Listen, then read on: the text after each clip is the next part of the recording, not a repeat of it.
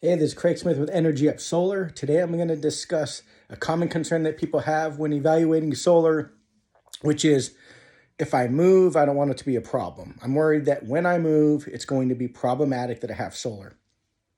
Look, there are different types of solar programs, right? And if solar is done the right way, you will not have a problem selling your home. Now, if solar is done the wrong way, there could be some issues, a PPA or a lease, if it's poor terms and they're paying actually more and there's these rate increases. Look, there are some solar scenarios where it wouldn't be desirable. And when you hear about homes that are hard to sell, it's probably that. But if you get an ownership system with the fixed cost and end game, and it's providing enough power to power the home, you are going to put your home in advantageous position versus a disadvantaged position. So going solar makes sense, and it does help the moving process. So I have a link on our website there. You can Google and do the research on your own, but studies show that it makes sense. Let's throw all the research aside. Ask yourself this: if option A was to pay more for electricity with no control of costs and no end game, or option B is you pay less now, it's a fixed cost, and it goes away. So one of them is more expensive, out of your control, never goes away, and the other one's less expensive. You get control and it has an end game. Of course, that one makes more sense. And that's what solar ownership does for your home. So let's say you had a 20-year finance agreement, which is common on a solar loan, and you leave after 3 years. That means 17 years are remaining on this. So you're asking a new homeowner to come in and take on a 17-year agreement. And that sounds awful. A 17-year agreement, they're not going to want to do it.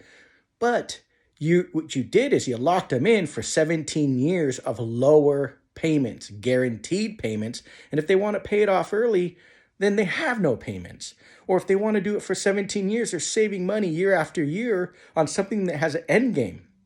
And they're going to own the power plant. They're going to own the power plant to their home. They own the home. Why not own the power system? And that's why going solar it doesn't just help you, but it does help the new homeowner. You're giving them an easier path of entry, a more generous path of entry when it comes to powering the home. So when you worry about what's my home going to look like when I sell because I have solar, stop. If it's a solar ownership and it's done the right way, it makes all the sense in the world. I've had people say, well, Craig, what if people don't want my home because they're anti-solar? Well, it's no different than, let's say you have a pool and there are people that don't want a pool. Maybe they don't want the upkeep of the pool, or they don't feel safe because they have young kids and they don't want a pool. Well, if you have a pool, those people are going to want your home. But you know this, more people will want your home because you have a pool. It's more marketable. It's a bigger market. Same thing with lower costs for power, fixed costs for power, and an end game for power. More people want to protect and control their finances than don't want that, right? So when you put solar on your home, it's not going to be a problem. It's not like painting your home green and putting termites in the walls. Like, your home is more desirable, period. End of story.